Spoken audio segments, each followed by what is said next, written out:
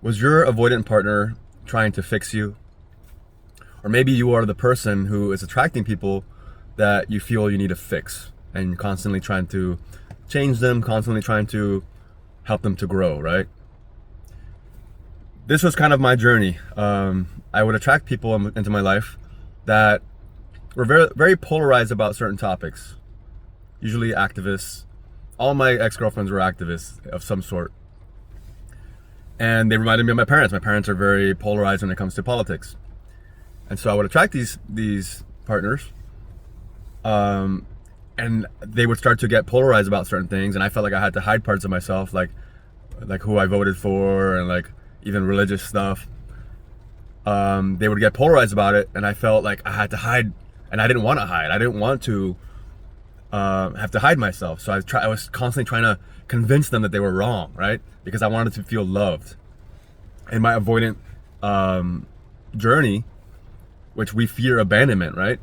So if an avoidant is trying to fix you, it's not because you're wrong. It's because, or there's anything wrong with you. In fact, it's because they love you, and they are afraid that because of your judgments and because of the thing what you're complaining about in them and things, it's making them fear that you're going to leave them. So they're trying to convince you to not leave. It sounds like you're being criticized. It sounds like they're trying to change you. It sounds like they're trying to fix you and make you better. But the fact is, they see you as perfect. There's nothing you need to change. If they're trying to fix you, it's because they're afraid that you're going to leave them because they care about you so much. And so that's the misconception, is usually the anxiously attached person feels like this person keeps trying to criticizing me, keeps trying to get me to change and trying to change things about me. But it's really because they're afraid, and they're trying to control. They're trying to get you to stop judging, and making them fear that you're going to abandon them. And this is exactly what the anxiously attached people do as well.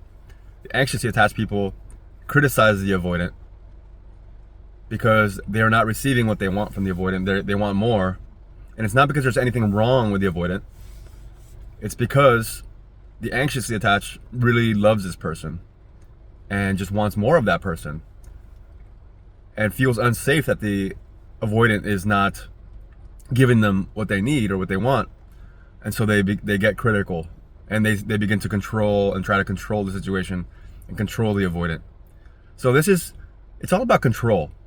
If you think about it, on both sides, the anxious and the avoidant side, they both fear abandonment, and they both want to control the other person to give them what they need because they care so much about this person. It's the saddest thing, because the anxious and the avoidant really both love each other, and they want more of the other, and because they're afraid and because they have fear of abandonment, they try to control the other person, and the other person feels smothered.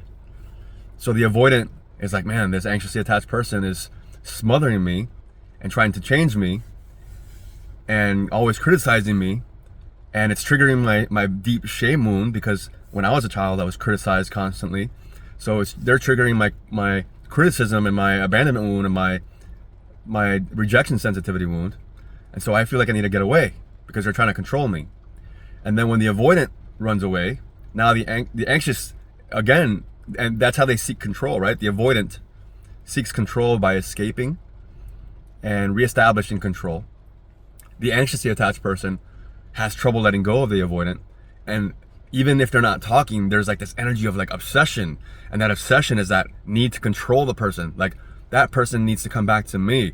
They shouldn't do what's right for them, what they feel is right for them. I know what's right for them. They got to come back and meet my needs. They shouldn't have to go and feel safe in their nervous system and leave me for that, right? That's why it's so important to learn how to face and feel your emotions, because the emotions that we don't want to feel, like the anxiously attached person controls the avoidant so that they don't have to feel the emotions of fear of loss and fear of abandonment.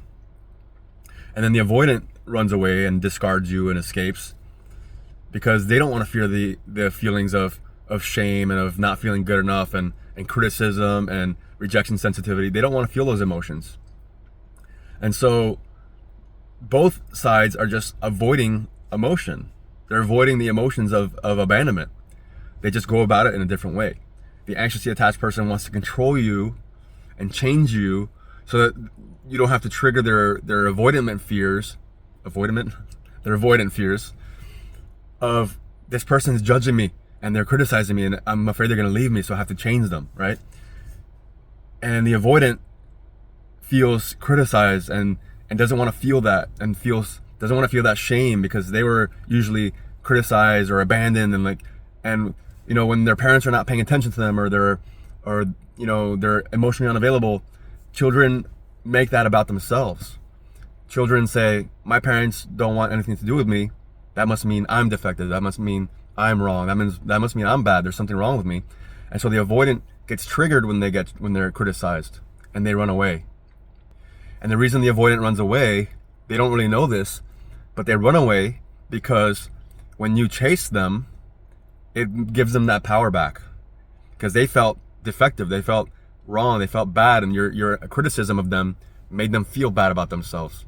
So when they escape and they run away, now you're chasing them, it's like an artificial way of feeling good about themselves, right? It's an artificial way of getting that supply.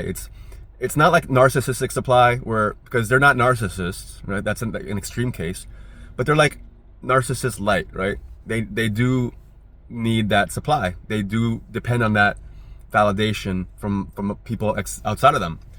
So an avoidant will pull away, and by you chasing them, it gives them that false sense of empowerment. Instead of learning to love themselves, and instead of facing those big emotions that are underneath the surface that are making them avoidant, those feelings of unworthiness, they will run away. And then when you chase them, it gives them this little unconscious, they're not even aware of it sometimes, but it gives them this satisfaction that you're chasing them, that you want them, and it must mean that there's something special about them. But it's an artificial way of feeling good about themselves. And then they tend to want to glow up, right? They tend to break up with the anxiously attached person, and they're like, you know what, I'm gonna prove them wrong because they were criticizing me. I'm gonna prove them wrong and show them how good I am. So they go on this whole weight loss journey and self-empowerment journey. But that's also an artificial way of feeling good about themselves, because you were lovable as a newborn baby with nothing, right? You didn't need to succeed financially to be loved. You didn't need to be super fit and look good in order to be loved. You were lovable as a newborn baby. And that's one thing that changed my life too, is realizing that I was striving for all this external stuff to prove that I was good enough. But in the end, I realized, you know what, I was beautiful and lovable as a newborn baby with nothing. And everybody is lovable like that. Everybody is lovable. You don't have to prove that you're worthy. You don't have to be this huge star. You don't have to be famous. You don't have to have this huge social media following. You don't have to have people chasing you. You don't have to have a successful business. You don't have to be like a 10 in fitness, like you're a 10 out of 10 physically fit, in order to be loved. You're lovable exactly as you are. And the avoidance really, they crave the anxious person often, because in the beginning the anxious person tells them how amazing they are, and it makes them feel good. And then the anxious starts to criticize the avoidant, and the avoidant runs. And then the avoidant says, shit, I need to get this supply somewhere else. That anxious person started criticizing me. I'm feeling bad about myself. Now I gotta go and prove to the world and have a glow up and prove to the world that I'm worthy. But the fact is that they're always worthy. And the anxious person was criticizing them because they loved them so much and they just wanted more. And the anxious person was afraid of abandonment. And so they were criticizing because they didn't know how to deal with their own emotions. But in the end, it's because they actually loved you. And that's what it's about. Please like and subscribe if this helped you in any way.